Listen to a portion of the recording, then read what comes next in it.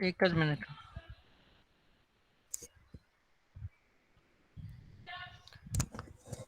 અરે હા, એક જ ખુલ્લું જ છે, એ બારણું ખુલ્લું છે. ખુલ્લું જ છે, ખુલ્લું જ છે. એક 5 મિનિટ બેસો, મારો પેલો ક્લાસ ચાલુ થઈ જાય એટલે આપણે કરીએ. હા, ના બેસો બેસો. ક્લાસ ચાલુ થઈ જાય. નહીં, મારે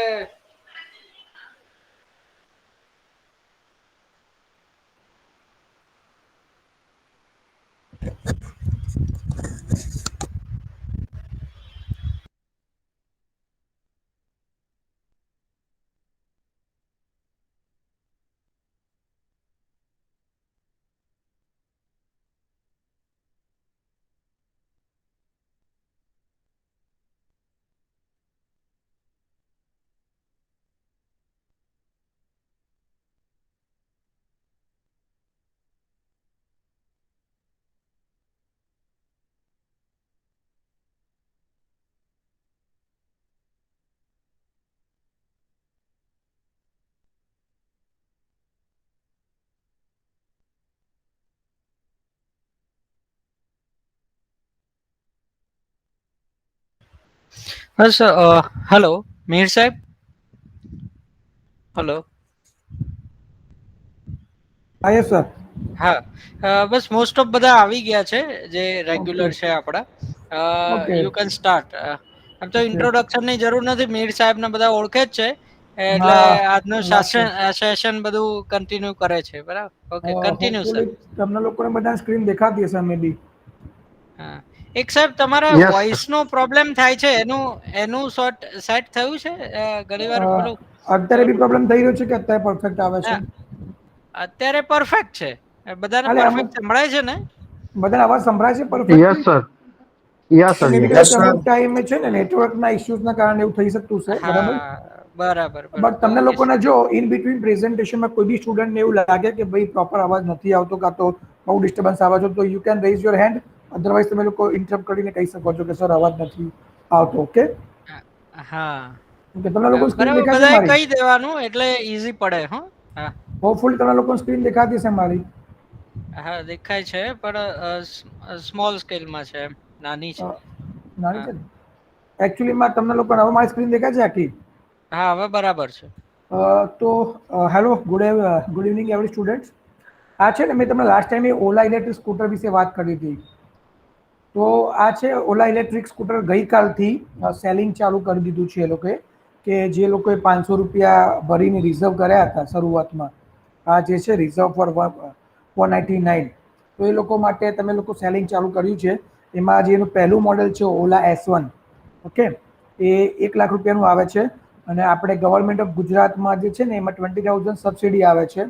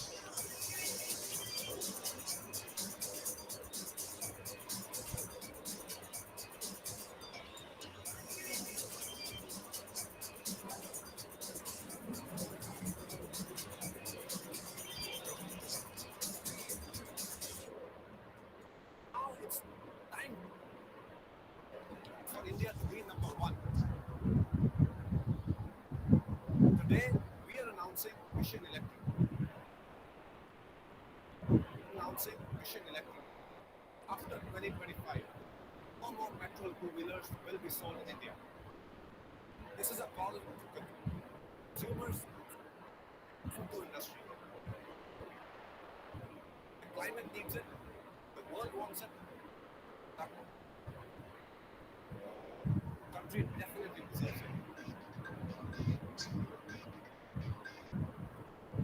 તમે લોકોને બધાના આનું વિડીયો જે બતાવ્યો છે તો ખાસ કરીને આના જે ફીચર જે છે એ બી મેં તમને લાસ્ટ ટાઈમ ડિસ્કસ કર્યા છે કે that Ola electric scooter will be operating with the help of the artificial intelligence techniques. પછી એની જે રેન્જ છે તમે અહીંયા જોઈ શકો છો કે for single time charge it can be range for the 181 kilometre. એકચ્યુઅલીમાં એ લોકો ક્લેમ કરતા હોય છે 181 કિલોમીટરની, but as per the practical use તમે લોકો જો બેટરીની કેપેસિટી જે ખબર છે એ પ્રમાણે જોવા જાઓ તો 181 કિલોમીટર તો તમે સિંગલ ચાર્જમાં ના જઈ શકો, બટ અરાઉન્ડ 120 to 130 કિલોમીટર તમે લોકો એક સિંગલ ચાર્જમાં આની અંદર જઈ શકો છો.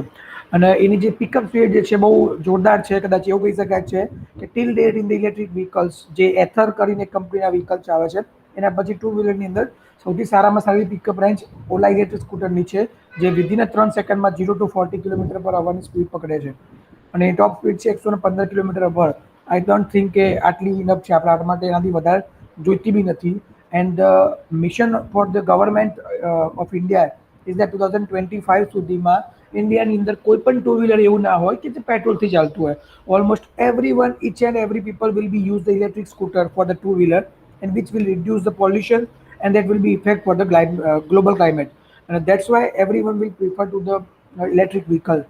Now મેં તમને એ વખતે બી કીધું હતું કે એની artificial intelligence technique, proximity sensor, video facility, then એમાં સાઉન્ડ બી તમારા સોંગ બી તમે વગાડી શકો છો, નેવિગેશન સિસ્ટમ બી એની અંદર છે, બરાબર. એની બહુ બધી ફંક્શનાલિટી એમાં અહીંયા બતાવી છે. તમે લોકોની વેબસાઇટ ઉપર જઈ શકો છો. પણ તમારા માટે મેઇન ઓપ્શન એવું કીધું કે we are hiring the job. ત્યાં છે ને જોબ રિક્રુટમેન્ટ એના માટે અવેલેબલ છે. તો તમે ઓલા ઇલેક્ટ્રિક સ્કૂટરની વેબસાઇટ પર જશો તો વી આર હાયરિંગ કરીને એક ઓપ્શન આવે છે. ત્યાં તમારે એના મેલ આઈડી ઉપર તમારો રિઝ્યુમ મેલ કરવાનો છે. So those students who have completed the bachelors, તમારામાંથી જે સ્ટુડન્ટ્સનું બેચલર્સ કમ્પ્લીટ થઈ ગયું છે, આઈધર ડિપ્લોમા કમ્પ્લીટ થઈ ગયું છે, એ લોકોને જો જોબ રિક્વાયરમેન્ટ હોય તો આનો જે બેંગ્લોરમાં પ્લાન્ટ ચાલી રહ્યો છે અત્યારે, એ દુનિયાનો સૌથી એશિયાનો નંબર 1 પ્લાન્ટ છે ઇલેક્ટ્રિક વ્હીકલ માટેનો. તો ત્યાં એ લોકોને બહુ જ એન્જિનિયર્સની જરૂરિયાત છે. You can send your resume to the careers@olaelectric.com. તો ત્યાં તમે તમારું રિઝ્યુમ સેન્ડ કરી શકો છો. ઓકે, તો તમને લોકોને એનો આઈડિયા આવી ગયો. Now I will share my presentation today session. તમને લોકોને પ્રેઝન્ટેશન દેખાય છે ને બધાને? Yes, sir. Okay, so today's session will be discussing on the development of EV charging station and government policies. Last time we have discussed what are the electric vehicle, what are the hybrid electric vehicle. We have compared the different technology of electric vehicle, hybrid electric vehicle, then what are the control topology will be there, which kind of the parameters will be utilized in the electric vehicle development, what are the future technology will be there. All that basic fundamentals of the electric vehicle will be discussed in the previous session. In that session, we are discussing on the EV charging station and the government policies. આજે હું એવું વિચારું છું કે કોઈને મારે કંઈક business કરવો છે સ્ટાર્ટઅપ, તો હું શું કરી શકું એના માટેનું તમને પ્રેઝન્ટેશન બહુ હેલ્પફુલ છે. So, the basic outline for the today's presentation includes the benefits of EV adoption. If we are adopting the EV adoption for the career, it will be include the job or it will be included as a business startup. If there is a lots of benefits for the EV technology in the upcoming years, then what are the technical parameters of the EV? Then charging system for the EV, which kind of the different charging system will be developed for the EV charging station, how we can build the EV charging station, same like the petrol pump or diesel pump for the two-wheeler and four-wheeler cars, and what are the government of India policies for the EV development and promotions. So first, when we think about the potential gains from the EV, what are the benefits? So as per government norms and the WRI information from the Economics Forum Summit 2020, last year માં જે Economics Forum Summit organize કરી હતી. So what is the main agenda of Economics Forum?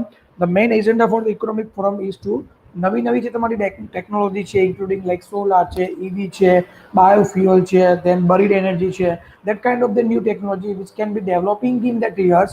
એ ટેકનોલોજીમાં upcoming future શું છે, એનાથી government socially economically શું benefit થશે, and what kind of the potential gain for the upcoming 10 years કે તમારા 10 વર્ષની કઈ પ્રોજેક્શન હોય છે એના ઉપર ડિસ્કશન કરવા માટે યરલી ઇકોનોમિક્સ ફોરમ થતી હોય છે. તો ઇકોનોમિક ફોરમ 2020ની અંદર જે પોટેન્શિયલ ગેન્સ ઇલેક્ટ્રિક વ્હીકલ જો તમે પ્રમોટિંગ કરશે each and every country, so what kind of the potential benefits will be there? It can include social benefits, environmentally and economically. The first one is when we think about the socially and economically, better air quality, improving the public health in the cities. We all know that what is the problem? Aje, each and every people will be suffering from small to major problems of the health issue. Like તમે વિચારો છો કે cancer જેવી બીમારી કે heart એટેકની બીમારી કે blood પ્રેશરની બીમારી એવી કેટલી બધી બીમારી છે આજે જે ક્યાંક ના ક્યાંક થઈ રહી છે only and only because of the pollution.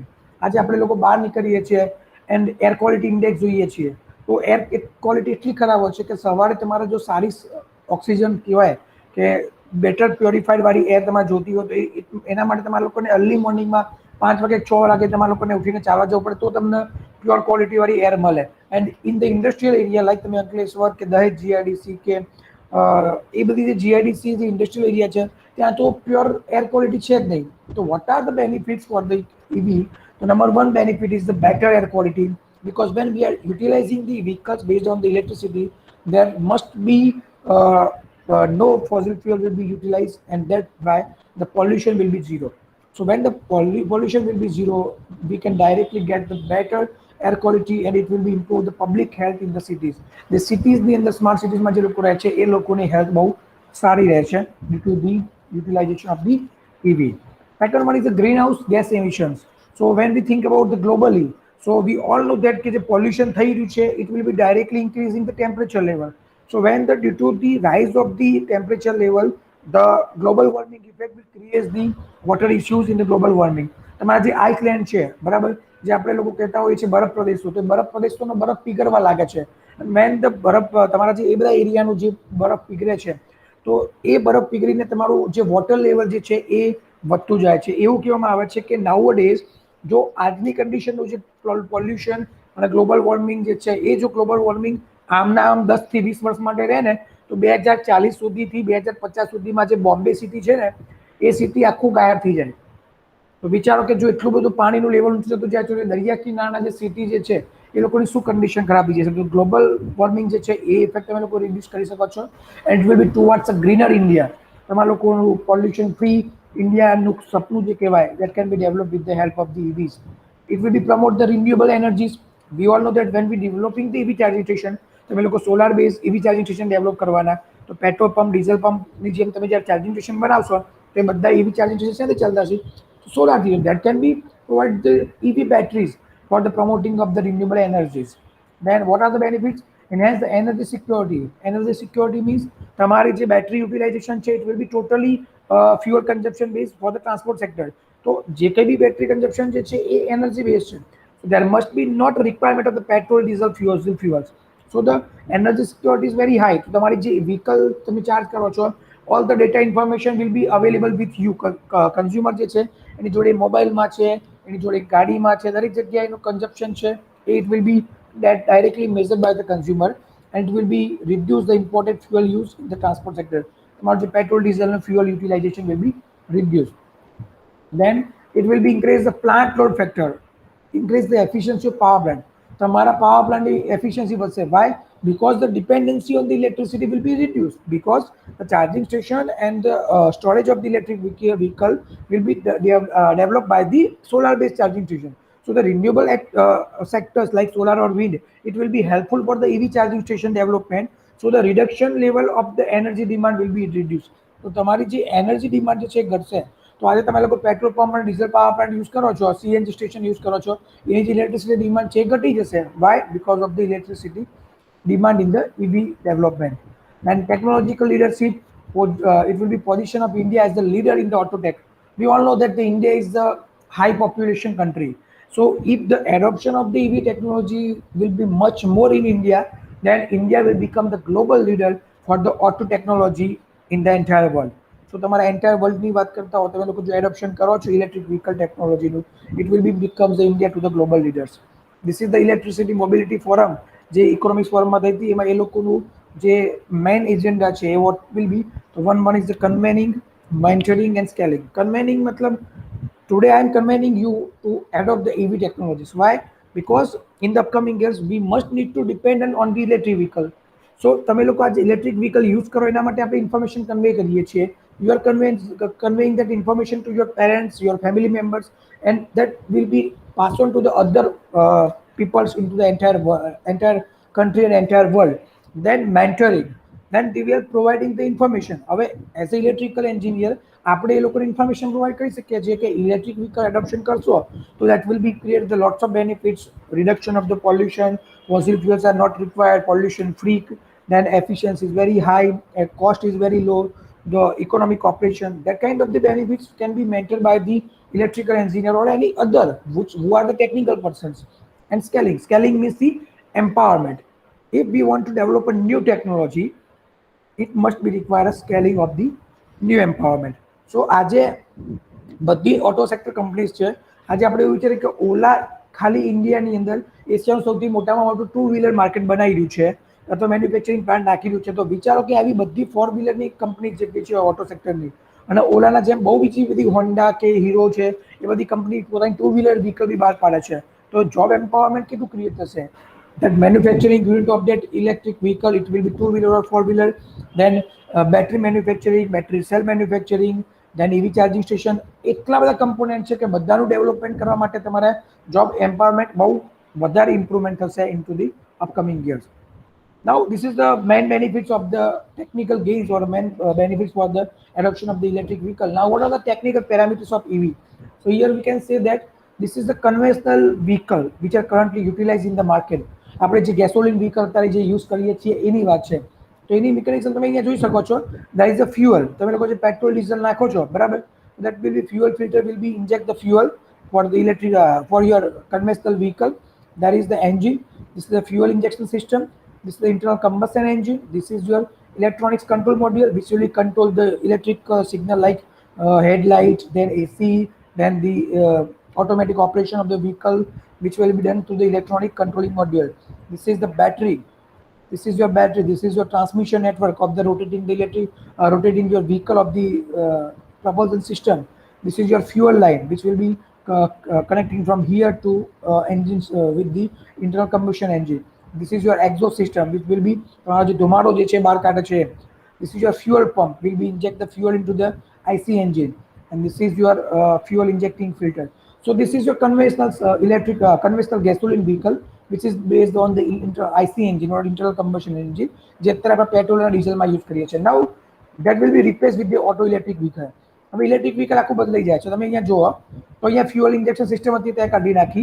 હવે ત્યાં એકચ્યુઅલીમાં શું આવે છે, જે ફ્યુઅલ ઇન્જેક્ટિંગ ટૂલ છે ને ત્યાં તમારે EV ચાર્જિંગનો પોર્ટ આપેલો હોય છે. ત્યાં તમે ટાટા નેક્સોન જોવો છો તો ત્યાં ફ્યુઅલ ઇન્જેક્ટિંગ ટૂલ માટે ચાર્જિંગ આપે છે, જે તમે આ ગાડીના મોડેલમાં અહીંયા આપ્યું છે.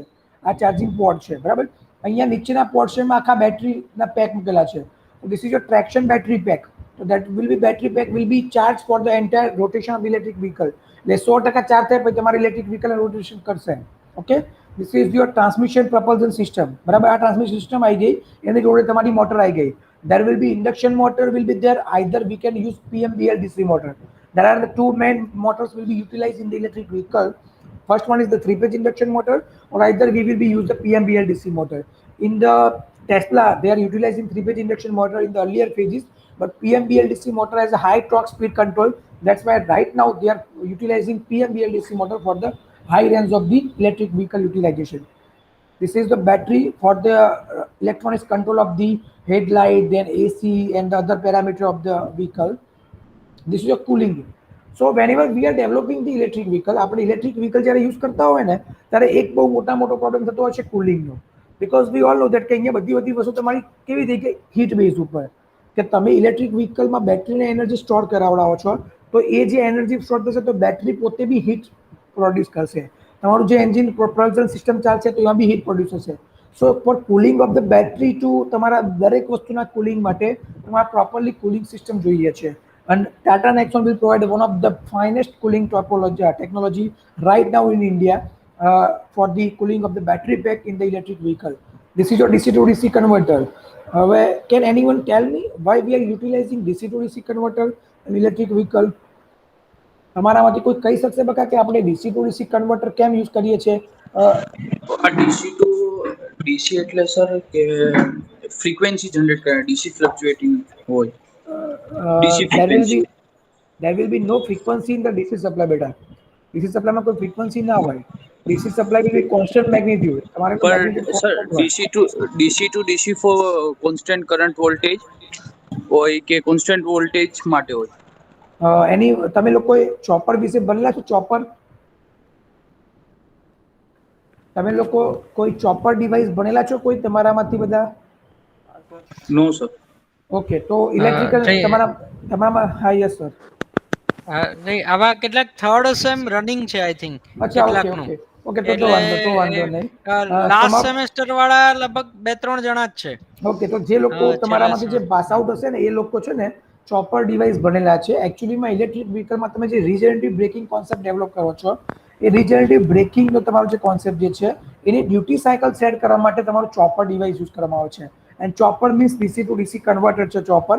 એમાં શું છે કે તમારું બેટરી લેવલ જે છે એ તમે વન ટાઈમ ચાર્જ કરી દીધું 100% કે 90%, પછી તમે ઇલેક્ટ્રિક વ્હીકલ તમે લઈને જાઓ છો. હવે જ્યારે તમારું ઇલેક્ટ્રિક વ્હીકલ રનિંગ કન્ડિશનમાં છે ત્યારે તમારા રિજનરેટિવ બ્રેકિંગમાંથી જે એનર્જી પ્રોડ્યુસ થાય છે એ એનર્જી પ્રોડ્યુસ થયેલી જે છે એ તમારા બેટરીને સ્ટોર કરવા માટે ક્યારે આપવી, ક્યારે એને ના આપવી. હવે એવું તો પોસિબલ નથી કે બેટરી 100% હોય તો બી તમે ચાર્જિંગ માટે આપો. It is not possible. તો બેટરીનું ચાર્જિંગ લેવલ તમારા ડ્યુટી સાયકલ લેવલ જે છે ને એ સેટ કરે કે તમારો બેટરીનો ચાર્જિંગ ટાઈમ જેટલો ડાઉન થતો જાય એટલો ટાઈમમાં એ રિજનરેટિવ બ્રેકિંગમાંથી જે ઇલેક્ટ્રિસિટી પ્રોડ્યુસ થાય છે એ ઇલેક્ટ્રોનિક્સ કંટ્રોલ થ્રુ ચોપરમાંથી બેટરીમાં સ્ટોર કરી આપે છે. That application will be done through the DC to DC converter. That will be utilization in electric vehicle. One of the very important parameter which is required in the latest technology in electric vehicle to utilize the regenerative braking for the charging of the electric vehicle batteries. તમારા EV ની બેટરીને charge કરવા માટે regenerative braking માટે બહુ જરૂરિયાતવાળી વસ્તુ છે આ. ઓકે, દેન છે પાવર ઇલેક્ટ્રોનિક્સ કંટ્રોલર જે આ બધી વસ્તુને કંટ્રોલ કરે છે, અને ઇલેક્ટ્રિક ટ્રેક્શન મોટર જે આપણે કીધી છે. Okay, so this is the electric vehicle model. Now hybrid electric vehicle model. What is the difference between hybrid electric vehicle? તમે જોઈ શકો છો કે ઇલેક્ટ્રિક વ્હીકલ જે હતું એ તમારું આ રીતનું હતું અને આ તમારું આઈસી એન્જિન હતું. તો આ આઈસી એન્જિન અને તમારા ઇલેક્ટ્રિક વ્હીકલ બંનેને કમ્બાઈન કરીને તમે આપી દો એટલે તમારું હાઇબ્રિડ ઇલેક્ટ્રિક વ્હીકલ થઈ જાય. તો તમે જોઈ શકો છો અહીંયા તમારા ફ્યુઅલ કન્ઝમ્પશન આવી ગયું, અહીંયા તમારા બેટરી પેક નીચે આવી ગયું, અહીંયા તમારા થર્મલ કુલિંગ આવી ગયું બેટરીનું, અહીંયા તમારા ડીસી ટુ ડીસી કન્વર્ટર બી આવી ગયું, અહીંયા કંટ્રોલર આવી ગયું, અહીંયા ઇન્ટરનલ કમ્બશન એન્જિન આવી ગયું, અહીંયા તમારા એક્ઝોસ્ટ સિસ્ટમ આવી ગઈ ધુમાડા માટે, અહીંયા તમારા બેટરી પેક આવી ગયું, આ તમારું જે છે ફ્યુઅલ પંપ છે જે તમારા પંપ થ્રુ તમારા એન્જિનમાં નાખે અને ફ્યુઅલ ઇન્જેક્ટિંગ ટૂલ છે. તો that will be the combination of the electric vehicle and internal combustion engine, IC engine. So what is the benefit? The only benefit for the hybrid electric vehicle is it have a maximum range of traveling. તમે electric વ્હીકલને charge કરીને જતા હોય in between you have not a facility of EV charging. ઇલેક્ટ્રિક વ્હીકલને charge કરવા માટેની facility નથી. તો in the secondary option you can start with the petrol engine or diesel engine. તો તમારું પેટ્રોલ કાં તો ડીઝલ એન્જિનમાં એને ચાલુ કરીને ગાડી લઈ જઈ શકો છો. તમારામાંથી કોઈ એવું કહી શકે કે હાઇબ્રિડ ઇલેક્ટ્રિક વ્હીકલ આપણે આજની તારીખમાં કોઈ યુઝ કરતા હોય એવું? આપણે લોકો હાઇબ્રિડ ઇલેક્ટ્રિક વ્હીકલ નહીં પણ હાઇબ્રિડ વ્હીકલ યુઝ કરતા હોય એનું એક્ઝામ્પલ તમને લોકોને ખબર છે કોઈને? તમારી આસપાસની રૂટીન લાઈફ માટે એ લઈ આવે છે. જો તમે લોકો તમારું મગજ લગાવો તો ખબર પડે. યસ. કયું વકા? CNG car. તમારી જે સીએનજી કાર છે ને એ હાઇબ્રિડ વ્હીકલનું એક્ઝામ્પલ છે. હાઇબ્રિડ ઇલેક્ટ્રિક વ્હીકલ નહીં હો, હાઇબ્રિડ વ્હીકલ. મતલબ કે તમે લોકો સીએનજીમાં શું કરો છો? સીએનજી કિટ જ લગાવો છો ને ખાલી. તો સીએનજી કિટમાં તમે સીએનજી ગેસ પુરાવો છો, પછી તમે ટ્રાવેલિંગ કરી શકો છો. જેવો તમારો સીએનજી ગેસ પૂરો થઈ જાય તો તમે એને એક સ્વિચથી તમે પેટ્રોલમાં કન્વર્ટ કરી નાખો છો અને પેટ્રોલ થ્રુ તમારી ગાડી ચાલે છે. Same concept will be there in the hybrid electric vehicle. તમે ઇલેક્ટ્રિસિટી તમારી બેટરીમાં હોય ત્યાં સુધી ઇલેક્ટ્રિક વ્હીકલને તમે ચલાવો. જ્યારે તમારું બેટરીના ચાર્જિંગ લેવલ પતી જવા આવે ત્યારે તમે એને પેટ્રોલમાં કાં તો ડીઝલમાં કન્વર્ટ કરીને તમારી ગાડીને ચલાવી શકો છો. That is the concept of the hybrid electric vehicle. It's a fuel cell base electric vehicle. Fuel cell base મતલબ કે હાઇડ્રોજન ટેન્ક. આમાં તમારી ઇલેક્ટ્રિક વ્હીકલ નથી કે બીજું કંઈ નથી, બરાબર? હાઇડ્રોજન ટેન્ક યુઝ થાય છે. તો here we can say that કે તમારે અહીંયા ફ્યુઅલના બે ટેન્ક છે હાઇડ્રોજનના, જે હાઇડ્રોજન ફ્યુઅલ તમારું ભરેલું હોય અને એની જોડે બેટરી પેક લગાવેલું હોય ઇલેક્ટ્રિસિટી માટે, જે યુઝ કરતું હોય પ્રપલ્શન સિસ્ટમના રોટેશન માટે. પણ જે ફ્યુઅલ જે છે તમારા એન્જિનને રોટેટ કરવા માટે આ તમારું જે એન્જિન છે ઇલેક્ટ્રિક ટ્રેક્શન મોટર અને ફ્યુઅલ સેલ સ્ટેક એટલે તમારા જેમ બેટરી પેકનો સ્ટેક હતો ને એમ અહીંયા તમારા ફ્યુઅલ સેલનો સ્ટેક હોય, તો એ તમારા બેટરીને રોટેટ કરાવડાવે અને એ પોતે એક એનર્જીનો સોર્સ છે જે એનર્જી સ્ટોર કરી રાખે, અને એને એનર્જી ક્યાંથી મળે તો હાઇડ્રોજનના ટેન્કમાંથી. તો આ હાઇડ્રોજન ટેન્ક જે છે એ તમારા હાઇડ્રોજન ટેન્ક તમારા આ ફ્યુઅલ સેલ ટેન્કમાં તમારા હાઇડ્રોજન ફ્યુઅલ આપે અને એ હાઇડ્રોજન ફ્યુઅલ ઇલેક્ટ્રિસિટી પ્રોડ્યુસ કરીને બેટરીને આપે અને એ બેટરીથી તમારી પ્રપલ્શન સિસ્ટમ ચાલે. That is the concept of the fuel cell based electric vehicle. So there is a 4 type of the upcoming technologies will be there into the electric vehicle. Okay. So why we need to develop the more and more of the electric vehicle? Because the electrification is the reality. We all know that without the electrification there is no survival of the human life, including your routine life, including of your mobility, including your તમારા જેટલા બી વસ્તુ છે સવારે ઉઠવાથી લઈને રાતે સુવા સુધી દરેક વસ્તુમાં આપણે લોકોને ઇલેક્ટ્રિસિટીની જરૂર પડે છે. Without electrification the world will not exist.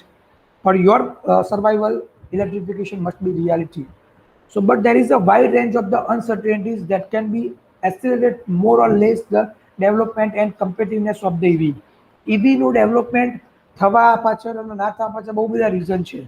Because of the uncertainty. Uncertainty means પબ્લિકની એડોપ્શન ટેકનોલોજી, પબ્લિક કેટલું જલ્દી એને એડોપ્ટ કરે છે, રો મટીરિયલ મોંઘું પડે છે, રો મટીરિયલ અવેલેબલ છે કે નહીં, ઇન્વેસ્ટમેન્ટ કેટલું રિક્વાયરમેન્ટ છે, બેટરીની કોસ્ટ બહુ છે, કન્ઝ્યુમરના શું કન્સર્ન છે, કન્ઝ્યુમરને શું પ્રોબ્લેમ થાય છે, ગવર્મેન્ટ ગ્રાન્ટ પ્રોવાઈડ કરશે કે નહીં, રો મટીરિયલની કોસ્ટ કેવી છે, પ્રોફિટ શું છે. પ્રોફિટેબિલિટી માટે બહુ બધા છે, પોલ્યુશન ફ્રી છે, ફ્યુઅલ કોસ્ટ ઝીરો છે, તમારી ઇલેક્ટ્રિસિટી કોસ્ટ બી ઝીરો છે. That kind of the benefit will be there, but this is the reality. So this is the one picture which represents the entire scenario of the electric vehicle adoption in the today's world.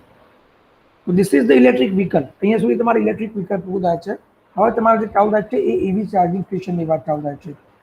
અહીંયા સુધી કોઈને doubt હોય તો પૂછી શકો છો. કોઈને કોઈ ડાઉટ છે બકા?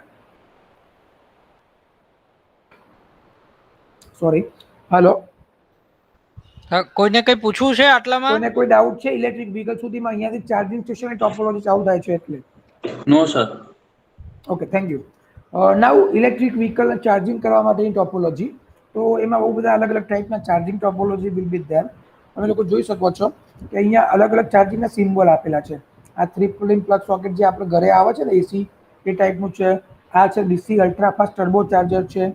આ બી ડીસી અલ્ટ્રા ફાસ્ટ ચાર્જર છે. આ મર્સિડીઝનું છે, આ ટેસ્લાનું છે, આ આરએસીબી ભારત એક્સેલનું છે. એ બધા અલગ અલગ કંપનીના ચાર્જિંગ પોઈન્ટ બનાવેલા છે. તો ટિપિકલ ચાર્જિંગ ટાઈમ શું છે? તો નોર્મલી આપણે જે ઘરે વોલ સોકેટ ઉપર લગાવીએ છીએ ને, મતલબ કે આપણે ઘરે જે 15 એમ્પિયરનું પ્લગ સોકેટ આવે અને એમાંથી તમારે ઇલેક્ટ્રિક વ્હીકલ ચાર્જિંગ કરવું હોય તો એનું રેટિંગ કેટલું હોય? 2.4 કિલોવોટની રેટિંગ સુધી એ ચાર્જ કરી શકે, બરાબર. અને એને ચાર્જ થવા માટે 24 અવર્સનો ટાઈમ લાગે. પછી હોમ વોલ બોક્સ.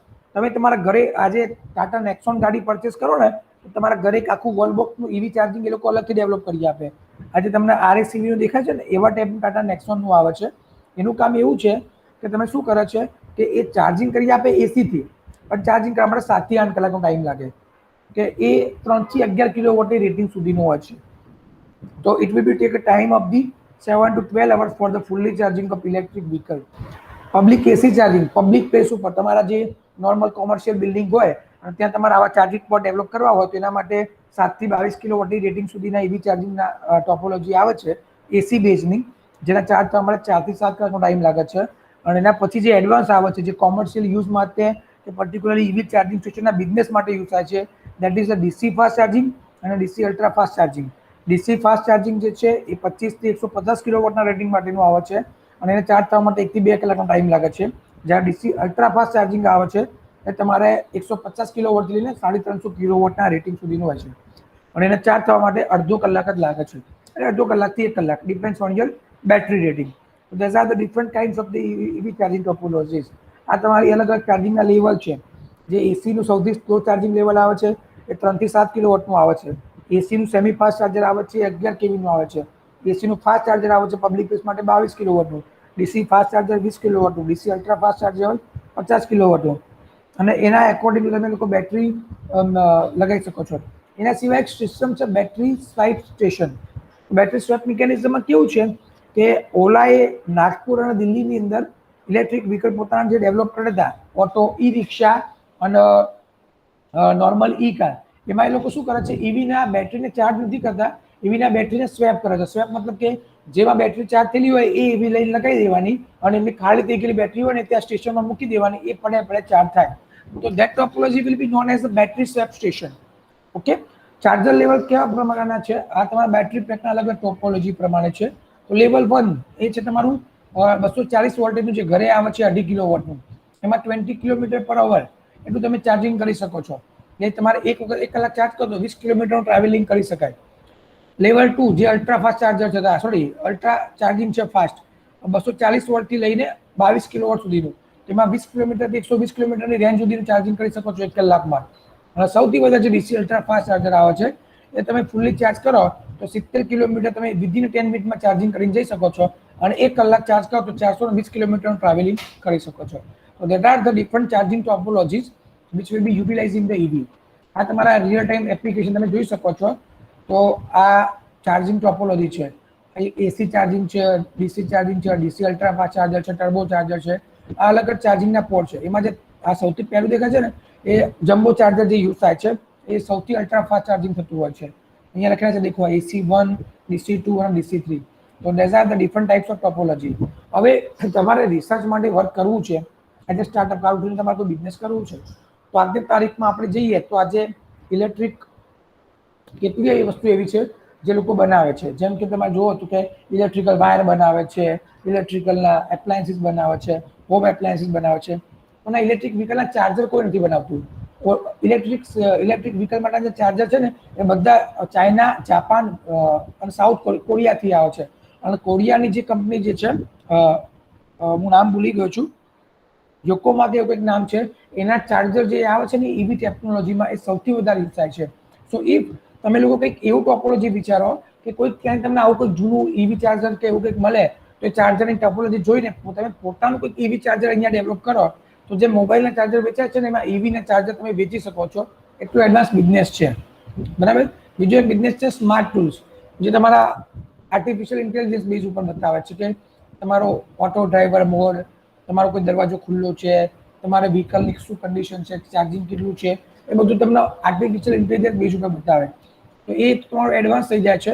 પણ આ ચાર્જિંગ ટોપોલોજી છે તમારા રિસર્ચ માટે બહુ સારી વસ્તુ છે.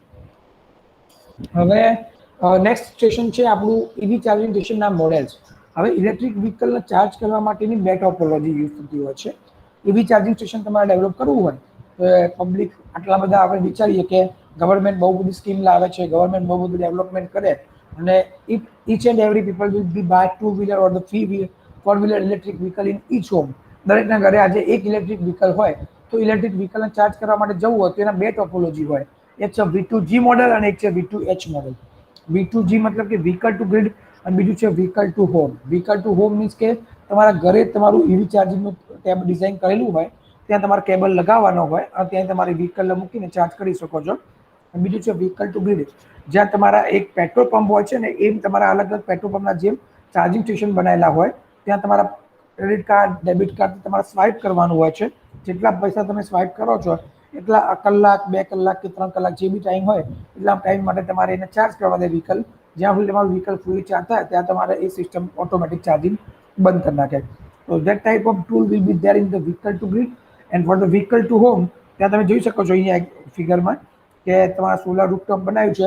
રૂફટોપમાંથી જે એનર્જી પ્રોડ્યુસ થાય છે બાય ડાયરેક્શન મીટરમાંથી ઘરમાં જાય છે અને તમારા ઇન્વર્ટર રૂમમાંથી એક સપ્લાય તમારો અહીંયા આપેલો છે, જ્યાં એક નાનું સ્ટેશન બનાવેલું છે ચાર્જિંગ માટેનું, અને ત્યાં ચાર્જિંગ ટોપોલોજીમાં તમારો કેબલ ખેંચેલો છે.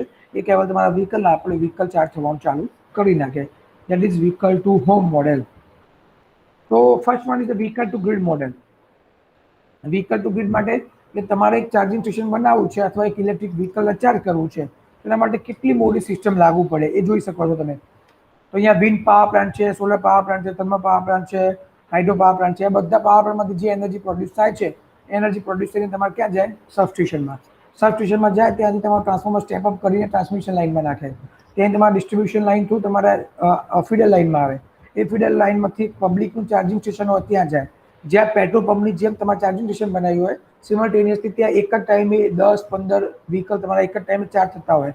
અને ત્યાંથી જે ઇલેક્ટ્રિસિટી જે આવી રહી છે એનું મેનેજમેન્ટ થતું હોય તમારા કોઈ કંટ્રોલિંગ ટૂલમાંથી. તો ત્યાંથી જે એનર્જી આવી એ બિલ્ડિંગ એનર્જી મેનેજમેન્ટ સિસ્ટમમાં આપી દીધું. હવે આ તમારું એડવાન્સ જે હોમ જે છે સોલાર રૂફટોપ બેઝ એ છે. આ સોલાર રૂફટોપ લગાવ્યું છે, અહીંયા વિન્ડ લગાવ્યું છે. આ બધામાંથી જે એનર્જી પ્રોડ્યુસ થાય એ મીટરિંગ સિસ્ટમમાંથી તમારા ઘરે યુઝ થાય. અને ત્યાં ઘરેમાંથી તમે જે વ્હીકલ મૂકેલું હોય તો ત્યાંથી તમારા કંટ્રોલિંગ સિસ્ટમમાંથી તમારા વ્હીકલના ચાર્જ કરે. તો આ વ્હીકલના ચાર્જ કરવાની સિસ્ટમ આવી છે. તો આ વ્હીકલની બેટરી, વ્હીકલનો control unit, aggregator utility, government, third party, પછી ગવર્મેન્ટને તમે કેટલા પૈસા આપશો, કેટલો એનર્જી કન્ઝપ્શન થાય છે અને કેટલું તમે એનર્જી ગ્રીડમાં નાખો છો, એ બધું તમારે મેઝર કરવું પડે.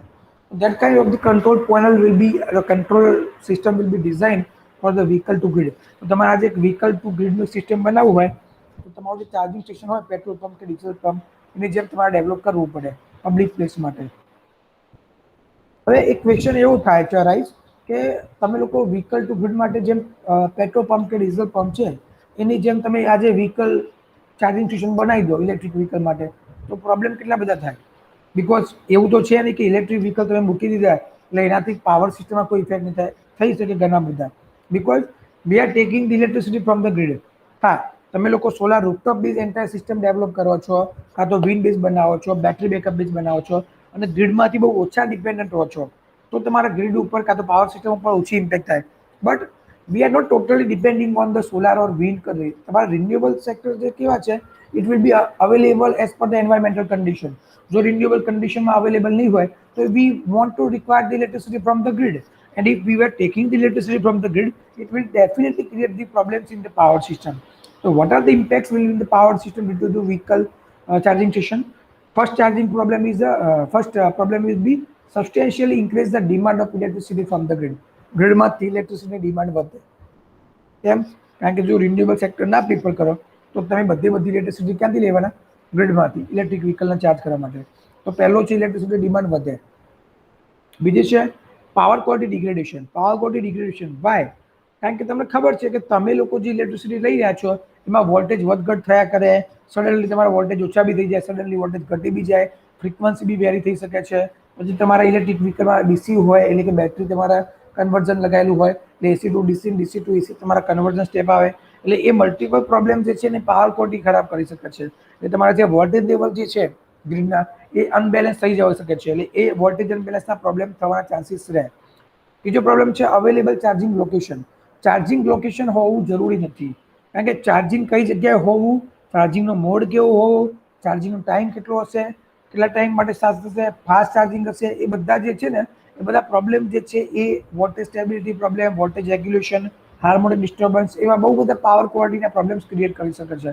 કારણ કે કયા જગ્યાએ લગાવ્યું, એ બાજુમાં જે ગ્રીડ છે એ ગ્રીડમાં કેટલું ડિપેન્ડન્ટ છે, એ ગ્રીડમાંથી કેટલો પાવર લેશે, એ ગ્રીડમાં કેટલો ઓવરલોડ થઈ શકે છે, ગ્રીડમાં કેટલા પ્રોબ્લેમ થઈ શકે છે.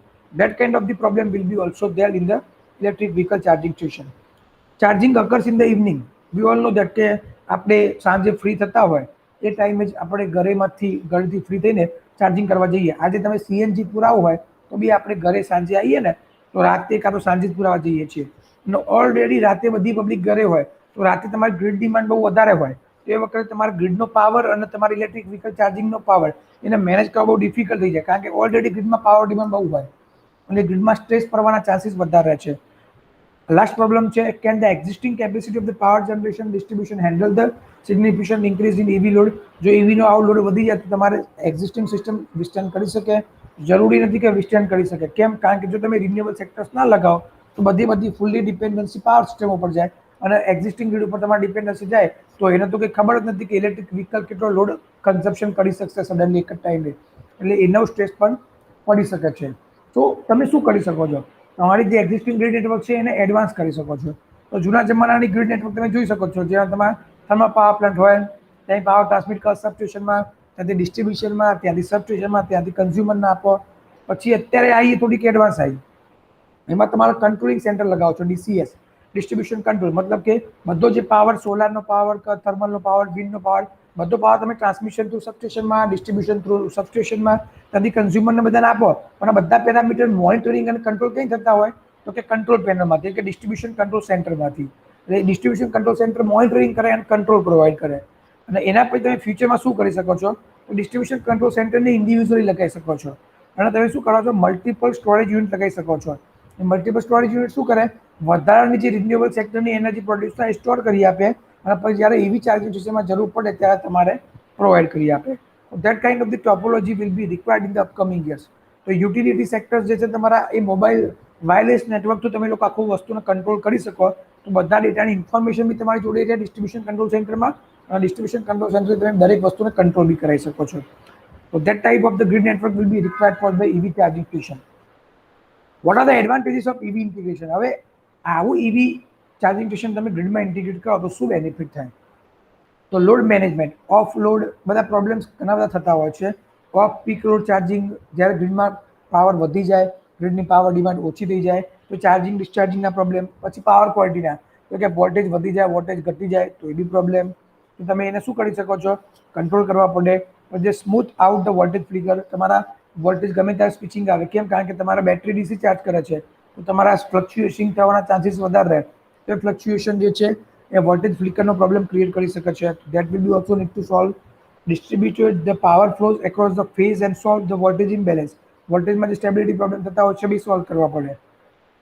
Power regulation, frequency regulation, balancing the power flow, absorb the extra power from the distribution generation, and maintain the power balance between the generator end and the EV load demand. આ બધું management તમારે કરવું પડે તો તમે EV charging સ્ટેશનનું integration કરાવી શકો છો. બરાબર? આ થઈ ગયું તમારું એનર્જી મેનેજમેન્ટ. હવે આ બધા પ્રોબ્લેમને મેનેજ કરવા માટે શું કરી શકીએ? તો આ બધા પ્રોબ્લેમનું એક જ સોલ્યુશન છે. શું? કે તમારું ઇલેક્ટ્રિક વ્હીકલનું ચાર્જિંગ સ્ટેશન છે એ પહેલી પ્રાયોરિટી પર બને છે નથી તો કે રિન્યુએબલ એનર્જી સોર્સિસ ઉપરથી બને. સોલાર પીવી બી હોય, વિન્ડ બી હોય અને બેટરી એનર્જી સ્ટોરેજ બી હોય. તો એના કારણે ગ્રીડ ઉપરની ડિપેન્ડન્સી ઓછી થઈ જાય.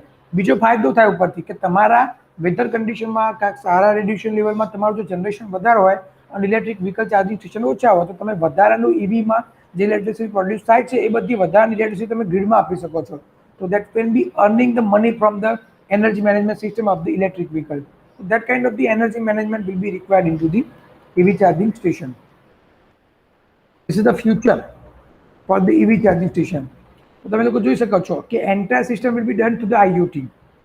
બરાબર? તમારી ઇન્ટરનેટ ઓફ થિંગ્સ થ્રુ, એક મોબાઈલ થ્રુ તમારું નેટવર્ક થશે. કેટલી ઇલેક્ટ્રિસિટી જનરેટ થાય છે, કેટલી ઇલેક્ટ્રિસિટી સોલારમાંથી આવે છે, કેટલું ટેમ્પરેચર છે, કેટલી ઇલેક્ટ્રિસિટી આપણે ઘરે યુઝ કરીએ છીએ, કેટલી ઇલેક્ટ્રિસિટી આપણે EV ચાર્જિંગ સ્ટેશનના ચાર્જ કરવા માટે યુઝ કરીએ છીએ. Everything will be. આ તમારો કન્ઝ્યુમર છે હાલનો, આ તમારો પ્રોઝ્યુમર છે. પ્રોઝ્યુમર મતલબ કે જે એડવાન્સ છે, જે IoT બેઝ છે. કન્ઝ્યુમર જે છે બિચારો હેરાન થાય છે. કેમ? કારણ કે એ બધું કન્વેન્શનલ ગ્રીડ ઉપર ડિપેન્ડ છે. અને પ્રોઝ્યુમર જે છે જો સોલાર ઉપર ડિપેન્ડન્ટ છે, વિન્ડ છે, એની જોડે બેટરી બેકઅપ છે, તો એની જે ડિપેન્ડન્સી લેવલ જે છે ગ્રીડ ઉપર ઓછી થઈ જાય છે. ઉપરથી એ વધારાની એનર્જી પ્રોડ્યુસ કરીને ગ્રીડમાં આપે છે તો એના કારણે પૈસા કમાય છે. તો that benefit will be provided for the upcoming futures. Okay, till here we have developed discussed the EV charging topology. કેવી EV charging topology હોય છે, EV charging station તમે ડેવલપ કરો તો એનાથી શું પ્રોબ્લેમ થાય અને એને કઈ રીતે સોલ્વ કરવામાં આવે એ આપણે ડિસ્કસ કર્યા. હવે આના માટે આપણે solar base EV charging station design કરવું હોય તો એ બેસ્ટ આઈડિયા છે. આ એક એક્ઝામ્પલનો ફિગર તમે જોઈ શકો છો કે કોમર્શિયલ જો તમારો કોઈ એરિયા હોય ત્યાં તમારા આ શું કર્યું છે, એ લોકોએ સોલાર પ્લેટ મારી દીધી છે અને નીચેની જગ્યા રાખી છે. એ સ્પોટમાં તમારું વ્હીકલ પાર્ક કરવાનું છે અને એમાંથી જે ઇલેક્ટ્રિસિટી પ્રોડ્યુસ થાય એ તમારા ઇલેક્ટ્રિક વ્હીકલને એનર્જી સ્ટોર કરી આપે. ઓકે, અહીંયા સુધી કોઈને કોઈ ડાઉટ છે ભાઈ? કોઈને કઈ પૂછવું છે આમાં? સાદભાઈ, કુલદીપ, દેવ? કોઈને નો કોઈ સર. પૂછવું છે? Okay, I will. હું એક 2 મિનિટનું બ્રેક લઉં છું પાણી પીવા માટે.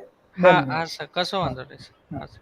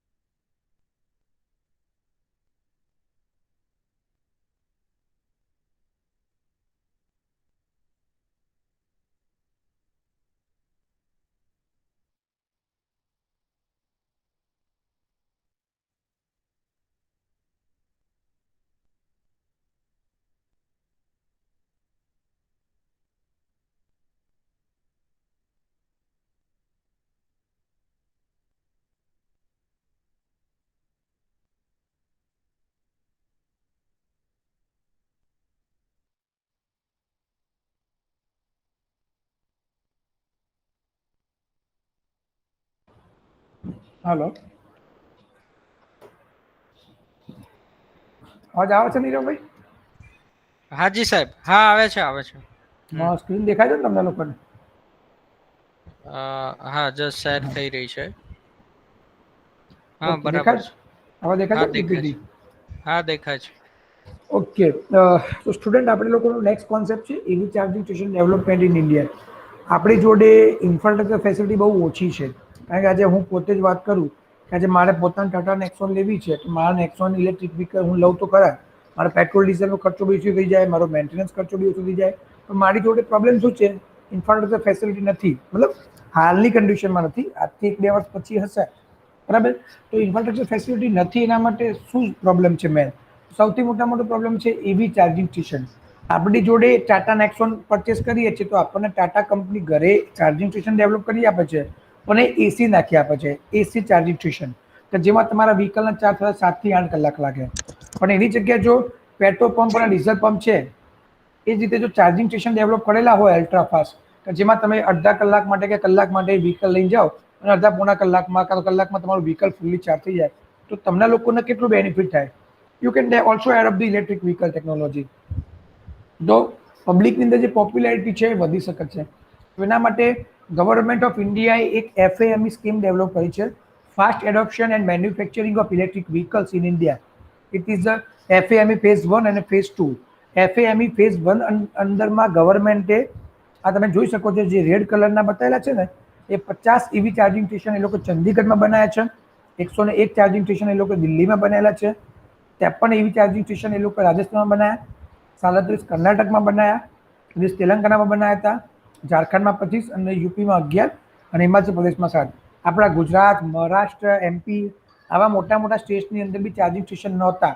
હવે એ લોકો EV ચાર્જિંગ સ્ટેશન માટે ફેઝ 2ની જે સ્કીમ લોન્ચ કરી છે, જે 2023માં પૂરી થાય છે, એ 2023માં એ લોકો જે ચાર્જિંગ સ્ટેશનની પોલિસી ડેવલપ કરી છે એની અંતર્ગત એ લોકો 2636 ચાર્જિંગ સ્ટેશન એ લોકો ડેવલપ કરશે અને એ માટેના મેન્યુફેક્ચરિંગ માટેના EV ચાર્જિંગ સ્ટેશન સેક્શન બી એ લોકોએ કર્યા છે. તમે લોકો જોઈ શકો છો, જમ્મુ કાશ્મીરમાં 25 છે, ચંદીગઢમાં બીજા 70, હરિયાણામાં 50, દિલ્હીમાં 72, રાજસ્થાનમાં 205, ગુજરાતમાં 278, MPમાં 235, મહારાષ્ટ્રમાં 317, કર્ણાટકમાં 172, કેરલામાં 211, તમિલનાડુમાં 281, પાંડિચેરીમાં 10, પછી આંધ્રપ્રદેશમાં 266, 138 તેલંગાણાની અંદર, છત્તીસગઢની અંદર 25, પછી ઓડિશામાં 18, વેસ્ટ બેંગોલમાં 141, મેઘાલયમાં 40, આસામમાં 20, સિક્કિમમાં 29, બિહારમાં 37, યુપીમાં 207, ઉત્તરાખંડમાં 10 અને હિમાચલ પ્રદેશમાં 10. એટલે કે 2636 નવા EV ચાર્જિંગ સ્ટેશન એન્ટાયર ગુજરાતમાં, સોરી એન્ટાયર ઇન્ડિયામાં ડેવલપ થશે. તો કાલે ઉઠીને હું આજે EV ચાર્જિંગ માટેની ઇલેક્ટ્રિક વ્હીકલ લઈને નીકળું છું તો 100 કિલોમીટરની રેન્જમાં મને કોઈ ને કોઈ એક EV ચાર્જિંગ સ્ટેશન તો મળી જ રહેશે એન્ટાયર ઇન્ડિયામાં. તો એના કારણે પબ્લિકનું એડોપ્શન વધશે. તો એના અંતર્ગતમાં ગવર્મેન્ટે શું પોલિસી ડિક્લેર કરી છે? તો to give a further push-up to the clean mobility in the road and transport sector, the government has declared to sanction 2,636 charging station development in 62 cities across the 24 cities, 24 states and urban territories in FAME scheme phase 2. As many as 317 EV charging stations have been already allocated in Maharashtra. આપણે જેમ કીધા એમ દરેક સ્ટેટના individual EV charging station એટલા allocate કર્યા છે, એ બી એ લોકોએ આપી દીધા છે. અને જે આપણા હેવી ઇન્ડસ્ટ્રીઝ અને પબ્લિક એન્ટરપ્રાઇઝના જે મિનિસ્ટર છે Prakash Javadekar, they have said that in the upcoming future of 2023 at least one charging station will be available in most of the selected cities in the grid of 4x4 kilometre. મતલબ કે 16 કિલોમીટરની રેન્જમાં એક EV charging station government develop કરશે with the help of the government companies as well as PSU sectors. તમારા ગવર્મેન્ટના sector જે છે એના થ્રુ બી અને પ્રાઇવેટ સેક્ટર છે એની મદદથી 16 કિલોમીટરની રેન્જમાં એક ઇલેક્ટ્રિક વ્હીકલના ચાર્જિંગ સ્ટેશન એ લોકો ડેવલપ કરશે. They will be, he also said that it will be boost the confidence of the user for the electric vehicles and also encourage the original equipment manufacturer to launch the new electric vehicle. એટલે એના કારણે શું થશે કે જે companies electric vehicle બનાવે છે એ લોકો બી એન્કરેજ થશે. કેમ? કારણ કે એમને બી ખબર છે કે પબ્લિક જોડે ફેસિલિટીઝ છે, તો હવે એ લોકો શું કરશે, વધારે ને વધારે, જેમ આપણે નથી કહેતા કે એપલના શોરૂમ આપણે આજથી 10 વર્ષ પહેલા જઈએ તો એપલના શોરૂમ ગુજરાતમાં માંડ આપણને 5 મળે, આજે દર સિટી વાઇઝ આપણને એપલનો શોરૂમ મળી રહે છે. તો કન્ઝમ્પશન તમારું વધ્યું. એમ સેમ વસ્તુ એવું છે કે જો ઇલેક્ટ્રિક વ્હીકલના ચાર્જિંગ સ્ટેશન વધશે તો ઇલેક્ટ્રિક વ્હીકલના યુઝ કરવા માટે તમારી જે મેન્યુફેક્ચરિંગ કંપનીઝ જે છે ઓટોમોબાઈલની, એ લોકો બી નવા નવા મોડલ ડેવલપ કરતા રહેશે અને નવા નવા મોડલ લોન્ચ કરતા રહેશે. The section letter for the electric vehicle development already issued by the government for the phase 2 after ensuring the availability of land. એના માટે કેટલી જમીન જોઈએ, ચાર્જિંગ સ્ટેશન માટે કેટલા નેસેસરી એગ્રીમેન્ટ હોય, MOU, એ બધું એ લોકો ચેક કરીને ગવર્મેન્ટે એ વસ્તુને સેક્શન કરી દીધેલી છે. Department of the Heavy Industries has invited the expression of interest EOI from the different cities. Sound કોનો આવે છે? Oh, sorry. તમારો આવે છે. Okay, no problem. So, developing the smart cities and the state capitals, they have invited different application કે તમારા આ ટાઈપની સ્માર્ટ સિટી ડેવલપ કરવી હોય તેના માટે ગવર્મેન્ટે FAME fast adoption of manufacturing of electric vehicle phase 2 માટે બહુ બધા શું કહેવાય એપ્લિકેશન મંગાવી હતી. એમાં જે 7,000 એવી ચાર્જિંગ સ્ટેશન માટેના પ્રપોઝલ આવ્યા હતા, એમાંથી ગવર્મેન્ટે બધી પ્રોસેસ કર્યા પછી તેમની ડોક્યુમેન્ટ જોયા પછી એ લોકો 2,636 એવી ચાર્જિંગ સ્ટેશન સેક્શન કર્યા છે. એમાંથી 1,633 charging station will be fast charging. એ કેવા હશે? ફાસ્ટ હશે. 1,003 ચાર્જિંગ સ્ટેશન સ્લો હશે, જે AC બેઝ હશે, બરાબર. અને 14,000 ચાર્જિંગ સ્ટેશન એ લોકો અપકમિંગ 2030 સુધીમાં ડેવલપ કરશે. 14,000 એવું સમજી લેવાનું કે દર નજીકના ગામડે એવી ચાર્જિંગ સ્ટેશન હશે, જેમ પેટ્રોલ પંપ હોય છે ને એ રીતે. This is the concept of the smart cities for the government of India. Government કેવો EV ચાર્જિંગ સ્ટેશનને ડેવલપ કરીને કેવું ડેવલપ કરવા માંગે છે. તો ગવર્મેન્ટનું પ્લાનિંગ કેવું છે, આવા એક્સપ્રેસ હાઈવે હશે, એ એક્સપ્રેસ હાઈવે ઉપર દરેક ડેટા ડિજિટલી તમને જોવા મળશે. પછી તમારે ત્યાંની એર ક્વોલિટી કેટલી છે એ બી તમને જોવા મળશે, કે ઇલેક્ટ્રિક વ્હીકલ યુઝ કરવાથી પોલ્યુશન કેટલું કંટ્રોલ થાય છે એ બી તમને જોવા મળશે ત્યાં તમારી જે ડિજિટલ સિગ્નલ જે બી હશે, આ બધા તમારા કિલોમીટર કે આ ડિસ્ટન્સ કે બધું એ બધું તમારા સોલાર બેઝ રિન્યુએબલ સેક્ટરથી ચાલતા હશે.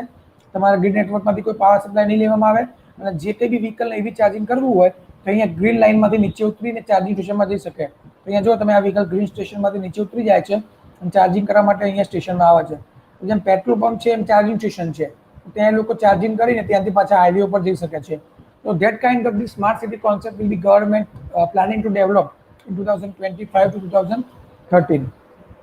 This is the design of EV charging station future ideas. Government શું ફ્યુચર આઈડિયાઝ વિચારી રહી છે એવી ચાર્જિંગ સ્ટેશનના.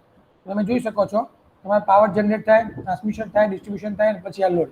આ તમારી કન્વેન્શનલ ટોપોલોજી છે હાલની. તમે પાવર જનરેટ કરો, ત્યાંથી ટ્રાન્સમિશન લાઇનમાં જાય, ત્યાંથી ડિસ્ટ્રીબ્યુશન લાઇનમાં જાય, ત્યાંથી EV ચાર્જિંગ સ્ટેશન ના આપો. ના, એવો કોન્સેપ્ટ નહીં. આપણે આવો કોન્સેપ્ટ કરવાનો છે કે તમારી જગ્યા જોડે જે પડતર જગ્યા પડી રહી છે એ પડતર જગ્યામાં તમે સોલાર રૂફટોપ બનાવી દો. જ્યાં પાર્કિંગ સ્લોટ છે, પાર્કિંગ સ્લોટની અંદર જે તમે પતરા મારો છો એ પતરાની જગ્યાએ તમે સોલાર બેઝ રૂફટોપ બનાવી દો. એ સોલાર રૂફમાંથી જે એનર્જી પ્રોડ્યુસ થાય છે એ, પછી તમારા જે વિન્ડમાંથી એનર્જી પ્રોડ્યુસ થાય છે એ બધી એનર્જી તમારા એનર્જી સ્ટોરેજ યુનિટમાં આપી દેવામાં આવશે. હવે આ જે એનર્જી સ્ટોરેજ યુનિટ છે ત્યાં બધી એનર્જી સ્ટોર બી કરવામાં આવે અને ત્યાં ઇલેક્ટ્રોનિક્સ કંટ્રોલ બી લગાવવામાં આવે. અને ત્યાંથી જે સપ્લાય આવે છે એ તમારા અહીંયા તમે જોઈ શકો છો નાના ચાર્જિંગ સ્ટેશનના યુનિટ મૂકેલા છે. 1, 2, 3, 4, 5, અહીંયા બી 1, 2, 3, 4, 5. તો ત્યાં તમારે સિમલ્ટેનિયસ ટાઈમે 5 વ્હીકલ એ રૂફની નીચે તમે લઈને જાઓ તો ચાર્જિંગ કરી શકો છો. પછી અહીંયા તમારા મોટા ઇલેક્ટ્રિક બસીસ હોય એને બી ચાર્જિંગ કરી શકો છો. That kind of the future projection will be developed by the government in the upcoming years for the EV charging stations. This is the government guidelines. આજે મારે પોતાને એક ઇલેક્ટ્રિક વ્હીકલ ચાર્જિંગ સ્ટેશન બનાવવું છે, એક પબ્લિક સેક્ટર છે, અમારી તમે ઘણા લોકો છો. હવે આપણે કહીએ કે બધા લોકો જોડે જોબ સેક્ટર નથી, મારે તમારા લોકોને ભેગા થઈને એક ધંધો કરવો છે, શું કરી શકો છો? મારે ચાર્જિંગ સ્ટેશનનો ધંધો કરવો છે, મને એવું થયું કે યારું આની અંદર પ્રોફિટ છે. આજે ગવર્મેન્ટ ઓફ ગુજરાતે જે EV ચાર્જિંગની પોલિસી ડિક્લેર કરી એમાં એવું કીધું છે કે જો કોઈ તમે લોકો EV ચાર્જિંગ સ્ટેશન બનાવો છો તો એ ચાર્જિંગ સ્ટેશન બનાવવા માટે એ લોકો 35 લાખ રૂપિયાની સબસિડી આપે છે. કેટલાની? 35 લાખ રૂપિયાની. આપણે એવું વિચારીએ કે ભાઈ મારે એક ચાર્જિંગ સ્ટેશન બનાવવું છે, તો આપણે બહુ મોટું ચાર્જિંગ સ્ટેશનનો બી કોન્સેપ્ટ નથી વિચારતા. હું સાદું સિમ્પલ તમને કહું છું કે તમારી જોડે કોઈ પેટ્રોલ પંપ ઓલરેડી એક્ઝિસ્ટિંગ છે, તો પેટ્રોલ પંપની બધી જગ્યા તમારી ખાલી જ પડી રહી છે, બરાબર? તો એની ઉપર આખી એક રૂફ બનાવી દો પેટ્રોલ પંપની ઉપર. એ રૂફની ઉપર તમે સોલાર નાખી દો અને એની આજુબાજુ ચારે સાઈડ જે તમારી ખુલ્લી છે એ ખુલ્લી જગ્યામાં તમે 1 કે 2 તમારા મોટા વિન્ડ ફાર્મ નાખી દો. એટલે એ બે વિન્ડ ફાર્મ તમારા ધારી લો કે 2.5 મેગાવોટના બે વિન્ડ ફાર્મ છે, કાં તો 100 કિલોવોટના લાવો કે 200 કિલોવોટના કે વોટ એવર. તો એ વિન્ડ ફાર્મમાંથી જે એનર્જી પ્રોડ્યુસ થાય એ, સોલારમાંથી જે એનર્જી પ્રોડ્યુસ થાય એ બધી તમે બેટરી બેકઅપમાં સ્ટોર કરાવડાવો અને એના જોડે ગ્રીડમાં ઇન્ટિગ્રેટ કરાવો. આજે કોઈ ઇલેક્ટ્રિક વ્હીકલ ચાર્જ કરવા માટે આવશે તો એ તમને ચાર્જિંગના પૈસા આપશે, અને ધારો લો કે તમારે ઇલેક્ટ્રિક વ્હીકલ ચાર્જ કરવા માટે ઓછા આવે છે તો વધારાની જે કંઈ બી એનર્જી પ્રોડ્યુસ થઈ એ બધી ક્યાં જવાની? ગ્રીડમાં જવાની. And you can earn your money. તમે લોકો પૈસા કમાઈ શકો છો. That is the new concept of the EV charging station. અને એને ડેવલપ કરવા માટે ગવર્મેન્ટ શું રૂલ્સ રેગ્યુલેશન કહે છે તમે જોઈ શકો છો. તો રિક્વાયરમેન્ટ શું છે? પહેલી તો એના પહેલાં તમારે છે ને એને exclusive transformer with all related substation equipment including safety appliances. તમારું જે ચાર્જિંગ સ્ટેશન છે ત્યાં તમારું એક ટ્રાન્સફોર્મર હોવું જોઈએ જે 400 kV કે 11 kV માં સ્ટેપ અપ કરીને લઈ જતું હોય ગ્રીડમાં. પછી ત્યાં તમારે ટ્રાન્સફોર્મરના સબસ્ટેશનના લગતા દરેક ઇલેક્ટ્રિકલ ઇક્વિપમેન્ટ અને સેફ્ટી એપ્લિકેશન્સ હોવા જોઈએ. બીજું છે 33 kV થી 11 kV ની લાઇન તમારા આજુબાજુમાં જતી હોવી જોઈએ જ્યાં તમે લોકો મીટરિંગ કરી શકો, મતલબ કનેક્શન કરી શકો તમારા ચાર્જિંગ સ્ટેશનનું. બીજું છે એપ્રોપ્રાઇટ સિવિલ વર્ક કરેલું હોવું જોઈએ, મતલબ કે કન્સ્ટ્રક્શન કરેલું હોવું જોઈએ properly. Adequate space for the charging and entry exit. Vehicle આવે જાય, જેમ પેટ્રોલ પંપમાં વ્હીકલ આવે છે જાય છે પેટ્રોલ પુરાવે છે એના માટે જે બી સ્પેસ જોઈતી હોય એટલી સ્પેસ હોવી જોઈએ. બીજું છે કરંટ ઇન્ટરનેશનલ સ્ટાન્ડર્ડ પ્રમાણેના ચાર્જિંગ સ્ટેશન હોવા જોઈએ. એમાં જો ચાર્જર ટાઈપ બે છે, એક ફાસ્ટ અને એક સ્લો છે. તો ફાસ્ટ જે છે કેવા છે? CCS ટાઈપના ચાર્જર કહેવામાં આવે છે, કોમનલી યુઝ ચાર્જર. એ 200 થી 1000 વોટના હોય છે. ચાઇ ડેમો ટાઈપના હોય છે એ 200 થી 1000ના. ટાઈપ 2 AC મેઇન્સ હોય છે એ 22 કિલોવોટના. પછી આ ભારત DC 001 અને ભારત AC 001 બોમ્બેની અંદર હાલની તારીખમાં ચાર્જિંગ સ્ટેશનમાં આ ટોપોલોજી ડેવલપ કરેલી છે જે 230 વોલ્ટેજ પર વર્ક કરે છે, પણ એ લોકોના બહુ સ્લો ચાર્જિંગ છે, બહુ હાઈ સ્પીડ નથી. પછી લોકેશન કેવું હોવું જોઈએ? At least one charging station should be available in the grid of 3x3. એટલે 9 કિલોમીટરની રેન્જની અંદર એક ચાર્જિંગ સ્ટેશન હોવું જોઈએ. પછી બે ચાર્જિંગ સ્ટેશનની વચ્ચે 25 કિલોમીટર ડિસ્ટન્સ રહેવું જોઈએ, મતલબ કે 25 કિલોમીટર રેન્જમાં બે ચાર્જિંગ સ્ટેશન બનાવી શકો, એનાથી વધારે નહીં. લોંગ રેન્જના ઇલેક્ટ્રિક વ્હીકલ હોય હેવી ડ્યુટીના તો એના માટે તમારે 100 કિલોમીટર એક ચાર્જિંગ સ્ટેશન મોટું રાખવાનું જે હાઈ સ્પીડ ચાર્જિંગ કરતું હોય, બરાબર. પછી તમારા અલગ અલગ બોર્ડ જે હોય છે ગવર્મેન્ટના, એ ડિસ્ટ્રીબ્યુશન કંપની, ટ્રાન્સમિશન કંપની, એની જોડે શું તમારે ટાઈઅપ કરવાનું એ બી તમારા રૂલ્સ રેગ્યુલેશન ફોલો કરવાના હોય છે. That entire rules regulation will be declared by the government of India in that document. તમને PPT આપીશું, તમે એમાં જોઈ શકો છો આ ડોક્યુમેન્ટમાં ગવર્મેન્ટે શું પોલિસી છે ચાર્જિંગ સ્ટેશન ડેવલપ કરવા માટે. પછી ડેટાબેઝ, તમારે EV ચાર્જિંગ સ્ટેશન ડેવલપ કરવું હોય તો એના માટે શું ડેટાબેઝ જોઈએ? મતલબ કે તમારા ડિસ્કોમ કંપની, તમે આજુબાજુમાંની UGVCL, PGVCL કે DGVCL કઈ કંપનીમાંથી તમે પાવર લેશો કાં તો પાવર આપશો, તમે કેટલા વોલ્ટેજ જનરેટ કરશો, કેટલા વોલ્ટેજ આપશો, એ નજીકમાં તમારી ગ્રીડ કાં તો મીટરિંગ સિસ્ટમ કઈ જગ્યાએ તમે કનેક્ટ કરશો, એ બધું તમારે નક્કી કરવું પડે છે. અને તમારા કોઈ વ્હીકલ ચાર્જ કરવા માટે આવે એના ટેરિફ કેટલા હોવા જોઈએ? તો કે જે ગવર્મેન્ટે નક્કી કરેલા હોય એ પ્રમાણે ટેરિફ હોવા જોઈએ. ચાર્જિંગ રેટ તમે તમારી રીતે ચાર્જિંગ રેટ નક્કી ના કરી શકો. જેમ પેટ્રોલ ડીઝલનો બી ભાવ છે એમ તમે ઇલેક્ટ્રિક વ્હીકલના ચાર્જ કરવાના રેટ બી તમારે જાતે નક્કી કરવા પડે. સોરી, એ બી તમારા ગવર્મેન્ટ પ્રમાણે નક્કી કરવા પડે. મિનિસ્ટ્રી ઓફ પાવર જે નક્કી કરે એ પ્રમાણે ચાર્જિંગ રેટ નક્કી થાય.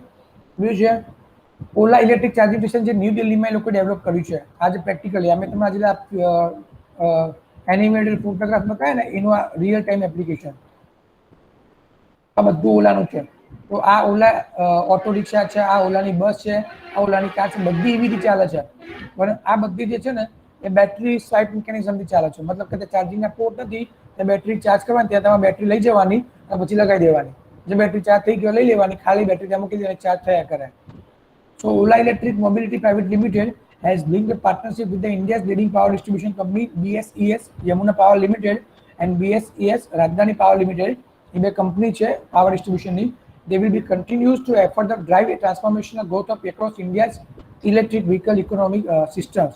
As a part of that MOU, the companies will jointly work with the Ola company to develop a ecosystem that will be conducive the transition of the electric vehicles to the establishment of the battery swap mechanism.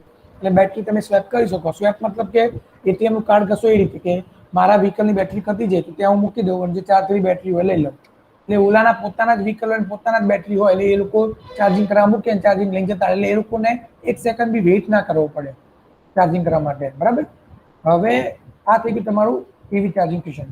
અને મારે એક electric વ્હીકલનું આવું charging station design કરવું છે તો જે renewable એનર્જીથી ચાલતું હોય, સોલાર એનર્જી બી હોય, વિન્ડ એનર્જી બી હોય, ગ્રીડ બી હોય, એમાં બેટરી બેકઅપ બી હોય, તમારે કેવા કન્વર્ટર યુઝ કરવા પડે, કેવી કેવી સોલાર સિસ્ટમ લગાવવી પડે, બાય ડાયરેક્શનલ કન્વર્ટર કેવા લગાવવા પડે, ગ્રીડ જોડે કઈ રીતે કનેક્ટ કરવા પડે, એના લોડ કેલ્ક્યુલેશન કઈ રીતે કરવી પડે, કઈ જગ્યાથી કયો પાવર જઈ રહ્યો છે, કયો પાવર આવતો હોય છે, એ બધાના કેલ્ક્યુલેશન હોવા જોઈએ પ્રોપરલી. અને એ બધાના કેલ્ક્યુલેશન તમને આવે તો સિમ્લ્ટેનિયસ તમે એક proper EV charging station design કરી શકો છો. આનો એક આખો કોન્સેપ્ટ આપણે નેક્સ્ટ સેશનમાં રખાઈશું કે આપણે ઇલેક્ટ્રિક વ્હીકલનું ચાર્જિંગ સ્ટેશન જે બનાવવું હોય તો હું કયું EV ચાર્જિંગ સ્ટેશન બનાવી શકું છું, એમાં કયા કયા સિનારીઓ મારે કન્સિડર કરવા પડે અને કયા કયા ડિઝાઇન પેરામીટર મારે લેવા પડે. હાલની તારીખમાં ઇલેક્ટ્રિક વ્હીકલ જે ઇન્ડિયામાં યુઝ થાય છે એ કયા કયા છે અને શું રેન્જ છે? તો મહિન્દ્રા E20, તો E20 જે છે 20% સેલિંગ છે એની કેપેસિટી છે 16 કિલોવોટ અવરની રેન્જ કેપેસિટી છે બેટરીની, અને એની રેન્જ છે 120 કિલોમીટર, અને એનું એનર્જી કન્ઝપ્શન 0.14 પર કિલોમીટર, એટલે 0.14 યુનિટ ખાય છે 1 કિલોમીટરનો ચાર્જ મતલબ કન્ઝપ્શન માટે. બીજું છે ટાટા ટિગોર EV, એનું છે 20% સેલિંગ, બેટરી કેપેસિટી એની કેટલી છે 21.5 કિલોવોટ અવર, પછી જે રેન્જ છે 213 કિલોમીટર, એના પર કિલોમીટર કન્ઝપ્શન કેટલું છે 0.10 યુનિટ. પછી મહિન્દ્રા E-Verito, એનું બેટરી કેપેસિટી છે 21.2 કિલોવોટ અવર, રેન્જ છે 181 કિલોમીટર, 0.12 યુનિટનું કન્ઝપ્શન છે પર કિલોમીટર. બીજું છે કિયા સોલ, એ છે 30%, એનું છે 27 કિલોવોટ અવરની બેટરી છે, રેન્જ છે 212 કિલોમીટર. સૌથી વધારે છે હ્યુન્ડાઈ કોના, એની છે 40 કિલોવોટ 39.2 કિલોવોટ અવરની બેટરી છે, અને એની રેન્જ આવે છે 452 કિલોમીટર, અને 1 કિલોમીટરમાં 0.08, એટલે બહુ લેસ એનર્જી કન્ઝપ્શન કરે છે. એનર્જી કન્ઝપ્શન બહુ ઓછું છે કિયા સેલ્ટોસ અને હ્યુન્ડાઈ કોનામાં. Okay, so that's it. Here we can say one simple diagram: green future energy from the sun. Solar may be the world's largest source of the electricity by 2050.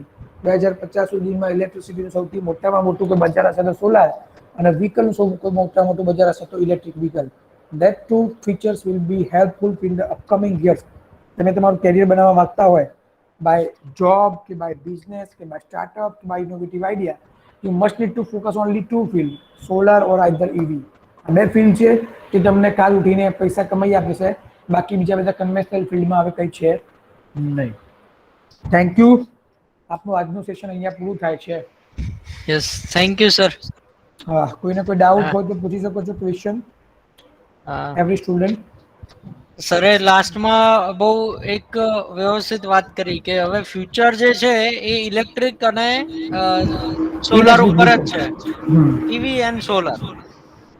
આ બે જ વસ્તુ છે. એટલે તમે જે અત્યારે જે કોર્સ કરી રહ્યા છો આ એક તો GTU એફિલેટેડ છે, એટલે આનું સર્ટિફિકેટ તમને દરેક જોબ ઓપોર્ચ્યુનિટી જ્યારે બી હશે ત્યારે આપણે પણ અહીંયા ડેવલપ કરવા જઈ જ રહ્યા છે કે જે 5-6 જણા જેને ડિગ્રી કમ્પ્લીટ થઈ ગયેલું છે એને લુબી ઇલેક્ટ્રિક ની અંદર અને બીજી 2-3 ઇલેક્ટ્રિક જે ઈવી ચાર્જિંગ સ્ટેશનમાં થઈ રહ્યું છે ડેવલપમેન્ટ ઇન્ડસ્ટ્રીઝનું, એમાં ઓપોર્ચ્યુનિટી મળી જાય એવો પૂરો પ્રયત્ન છે. અને કેટલાક નવા સ્ટાર્ટઅપ પણ આમાંથી જ ઉભા થઈ જાય એમ. બરાબર. હવે આમાં સાહેબને કોઈ ક્વેશ્ચન પૂછવો છે કોઈને? કોઈને કોઈ ક્વેશ્ચન છે? તમારા કેરિયર માટે એક અલગથી પ્રેઝન્ટેશન સેશન રાખીશું આપણે, એટલે એમાં તમને માહિતી આપીશું કેરિયર માટે, પણ આમાં કોઈ ટેકનિકલ ક્વેશ્ચન હોય તો પૂછી શકો છો કોઈ ભાઈ. કોઈને કોઈ ડાઉટ છે? યસ ઓર નો? સાતભાઈ તમારે કઈ પૂછવું છે? ભાર્ગવ, અર્પિત, દેવ, કુલદીપ, જય, બધાને અવાજ સંભળાય છે કે નથી સંભળાતો?